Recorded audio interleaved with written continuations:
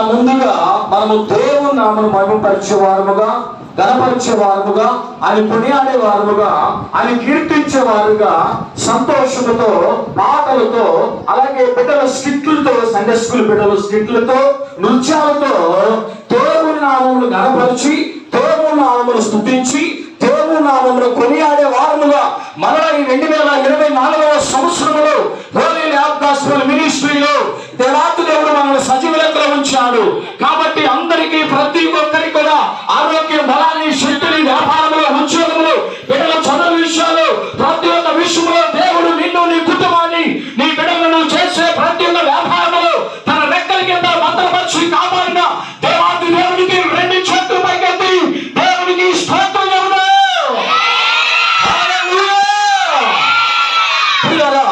ఈ రాత్రికాల సమయమందు పరిశుద్ధ ఆత్మదేవుడు 3 విషయాలు మనతో మాట్లాడాలని ఆశపడుతూ ఉన్నారు.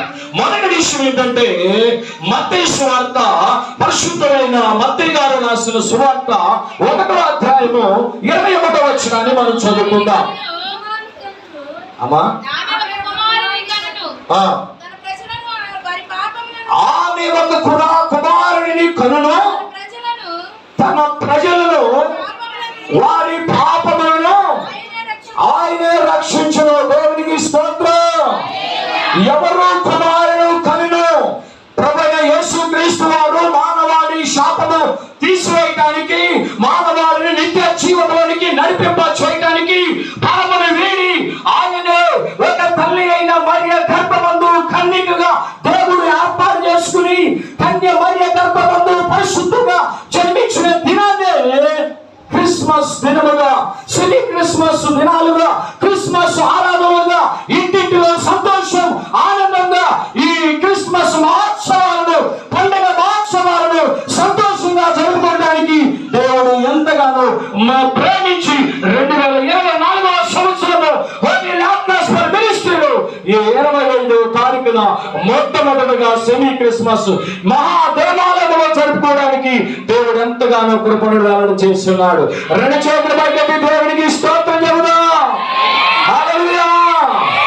ఆమె ఒక కుమారుడు కనును అనగా తల్లి అయిన మరియ గర్భము ద్వారా, పరిశుద్ధాత్మ ద్వారా దేవాతి దేవుడు ప్రభువైన యేసుక్రీస్తు వారు ఈ భూలోకాన ఉద్భవించిన దినాన్ని ఈ క్రిస్మస్ సంబరముగా, ఈ క్రిస్మస్ సంతోషముగా మనందరి కుటుంబాల్లో దేవుని మహిమపరుస్తూ, దేవుని కొనియాడుతున్న వారముగా మనం ఉంటా ఉన్నాం. దేవునికి స్తోత్రం.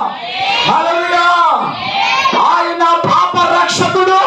పాప రక్షకుడు. మొట్టమొదట పాయింట్ ఏంటంటే, ఆయన పాప రక్షకుడు.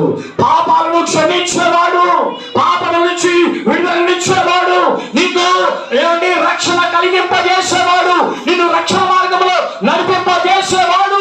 ఆయనే కన్య మరియ గర్భమందు పరిశుద్ధునిగా రూపొందించే దేవాతి దేవుడు. ఆయన పేరు నజరేయుడైన యేసు. నన్ను అందరూ గట్టిగా చెప్పడానికి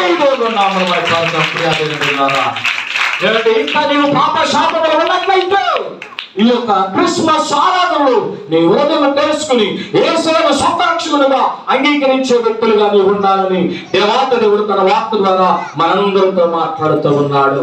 2వ విషయం ఏంటంటే, లూకా సువార్త 2వ అధ్యాయము 15 నుంచి 18 వచనాలు మనం చూసినట్లయితే 2వ విషయము సువార్త అనేది ఇక్కడ తెలియజేయబడుతుంది.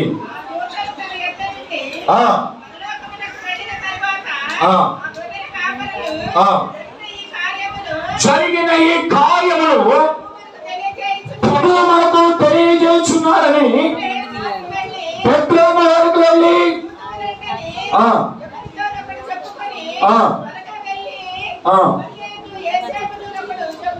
అట్లా కాదమ్మా. లూకా సువార్త 2వ అధ్యాయము 17-18 వచనాలు. వారు చూచి శిశువును గురించి తమతో చెప్పబడిన మాటలను ఇతనికి